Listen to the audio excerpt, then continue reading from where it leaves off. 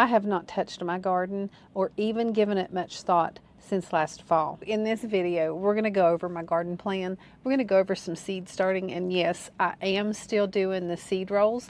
If you're new here, I have plenty of videos on that, and we're going to plant some onions in a roll here in a minute. I have decided to make a few changes to how I do all of that. One of my goals was to not buy any seeds and use from what I already have, because I have quite a big stash. But guess what?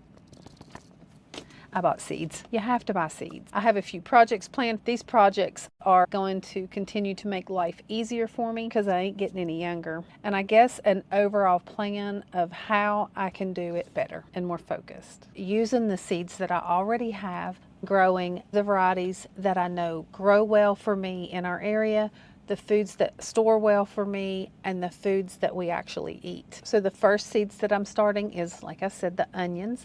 I'm going to be starting some of the brassicas. I'm not going to grow a lot of the brassicas here in the spring. My goal for this year is to do more of the broccoli and cabbages and things like that. I'm going to start them late summer and have them ready to go in the fall. I'm going to grow smaller amounts. I have in the past started a bunch of seeds to play it safe, and then I feel like I have to grow them all. So this year I'm starting a smaller quantity of seeds. Hopefully that'll save me a lot of work. And these seed rolls, they really help take care of all of the seeds that take up so much space and time. The seed rolls are great for that. I always try to keep kale, and kale does good for me all summer, and I probably grow more kale than we probably eat, but I have bunnies and chickens, and that is so easy to grow, and they love it. Last year I started my seeds with the method called the seed snail roll. I'm growing a Texas early grano. One of the things I'm using differently, now I used these last year, but I am using the Amazon wrapping envelopes instead of the bubble wrap. I just cut these edges off, open it up into one long strip. I'm going to fold it in half, and I'm going to cut this in half. And the difference from last year is this is making a shorter seed roll. And I wanted to give that a try this year, see if it helped with germination with these little seeds. So I just have a pre-moistened seed starting mix. Just put a thin layer on here. By using the seed starting mix, as these seedlings get started, it'll allow me to up pot, and then I will go to the taller seed roll. And I'll show you that in the next video when we plant some of our brassicas. But then you just roll this up. If you're new to this, I will link the videos where I have the full tutorial, and then you just tape them up, and we're ready to plant our seeds.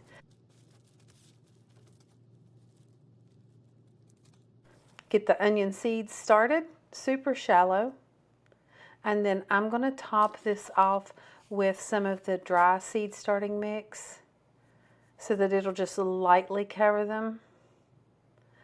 And then we're going to mist them in with a little bit of water. Super easy.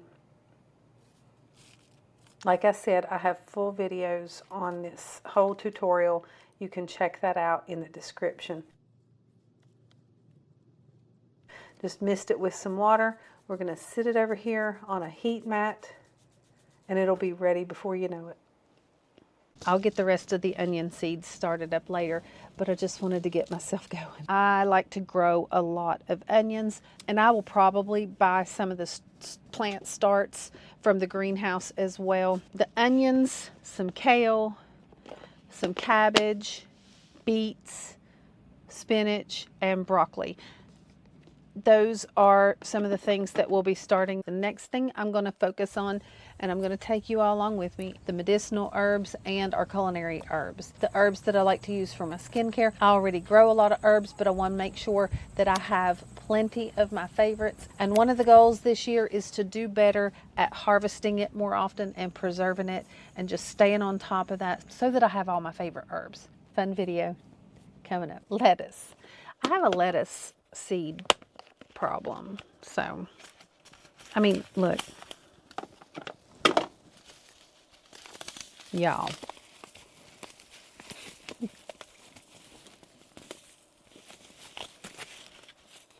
But they have such fun names. Drunken Woman.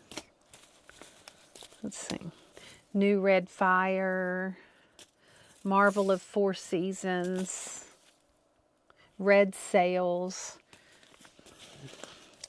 They get me. I have not been real thrilled with the lettuce that is available for us at the store. For one thing, it's expensive, and even the things labeled organic have some stuff sprayed on them that I'm not really digging. So goal is to grow more lettuce, and where I live, once you get it outside, you have a short window.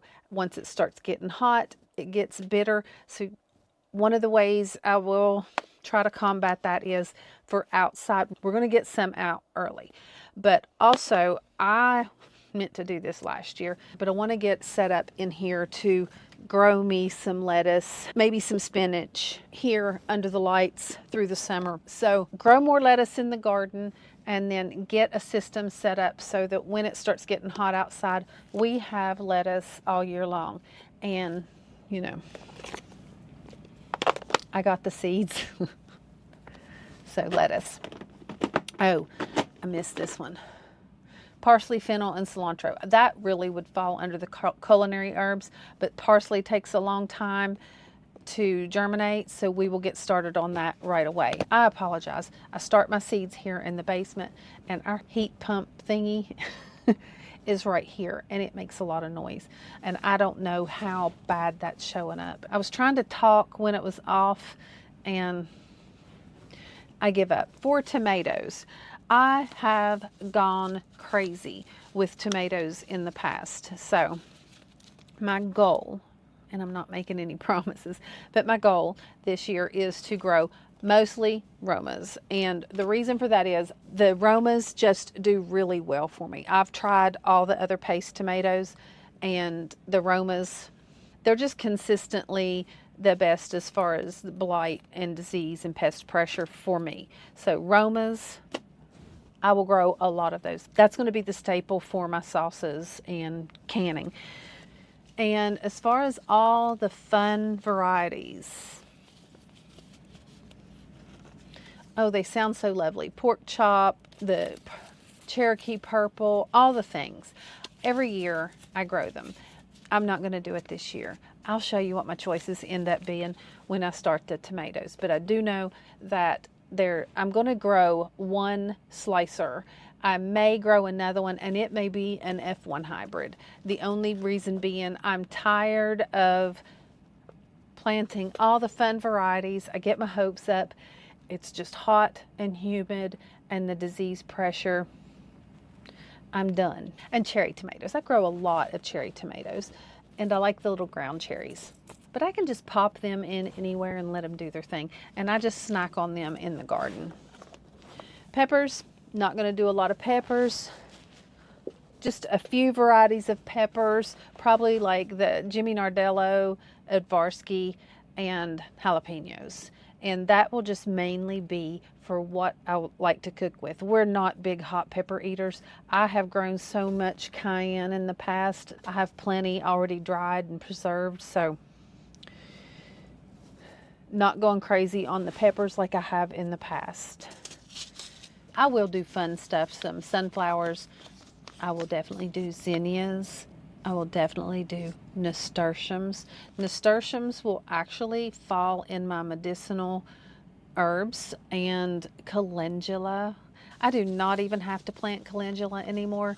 It just comes up on its own, and I let it do its thing, and then if it's not where I want it, I move it around in the garden. Another thing that is very important for me, we will eat winter squash. One of the butternut squashes I like is the Tahitian butternut. I grew it 2 years ago. The Tahitian butternut did get affected by the squash bugs, but it still produced 3 plants, produced maybe about 7 squash. Now that doesn't sound like a lot, but they were huge, and they stored all winter. Great plant.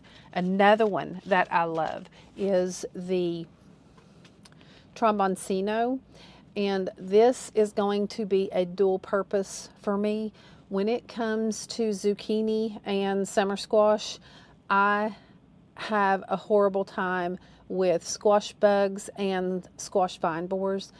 The tromboncino, if you cut the squash when it is young, it is very much like a zucchini, and actually it's a little less watery than a zucchini, and I like it just as well. So you can use this as a young plant in place of zucchini, and as it matures, it is beautiful and large, and it is very similar to a butternut squash. It stores all winter long, months and months. Wonderful. And spaghetti squash. I have some Homestead seeds, and I have these, and they're old, so I may start a lot of them and hope I get 2 or 3. But squash vine borers and squash bugs, huge problem. And sweet potatoes, I have several videos how I have grown the sweet potatoes in the pot. I will link those videos. They're so fun to watch. I'm actually going to try something new this year with how I grow the sweet potatoes. It'll still be sort of a container. Well, that's one of the goals. And if it doesn't happen, I'll just continue to do what I've always done. But my goal is to get me at least 3 or 4 different setups and do the sweet potatoes a little different this year. I'll go into that when we start the sweet potato slips, and that should be coming up really soon, but we'll do that together. Next goal that I want to mention is there is a section of my garden that is slightly sloped, and I've already done one bed this way under the arch, and as it slopes, I'm doing sort of a raised bed along one side to hold that dirt on the downhill part, like I have done here. As you can see, super easy. It's not very expensive. That one will get done. It will get done. Another thing is I have one area where I have some blueberries and strawberries. It has run amok. I have said it every year for 2 years. This is the year that it's going to get done. I'm going to put the blueberries in containers, and I'm going to terrace that section like the others. So blueberries, strawberries, out of there. The blueberries in the containers, I'm hoping that I can control the pH level of the blueberries. They've not thrived where I've had them, and also maybe try to make sure I have some way to cover them and protect. If I start getting more blueberries, that I can protect them and keep them for us and not the birds. And one of the last major projects for this summer is some sort of irrigation. Our water source is pretty far from the garden. I have an irrigation plan, something that I can just connect the hose to, let it run a while I do some stuff over here, and then just move it from garden to garden, or from section to section. So that is a plan. If that works, yay. If it doesn't, I'll probably enlist my husband. We have hard water, and I've never been too keen on the whole irrigation thing. If my little plan doesn't work, I'm okay if it doesn't happen till next year. Those all sound like pretty big goals to me. It's not anything too complicated. If life just cooperates, and we know how that goes, I think that's something that I could get. Hi, Bubby. That's something that I think I could accomplish this year. The main focus for getting some of these goals in place is I'm trying to, while I can, get systems set up so that it is easier as I age to garden, because the garden brings me so much joy, and the good clean food is going to keep us healthier as we get older. The garden is really my happy place. One of them. He's my happy place too. He's a good boy. So that's the 2026 plan. I have a really cool seed starting system that I'll show you in the next video. I will be doing more of the seed rolls. I love the seed rolls. If you haven't heard of the seed rolls, here is a whole playlist talking about the seed rolls right here. And it's almost time to start some sweet potatoes. I'll have the sweet potato video right here. I thank you so much for hanging out with me. My name's Loanna, and this is a little bit of Homestead. He's a good boy.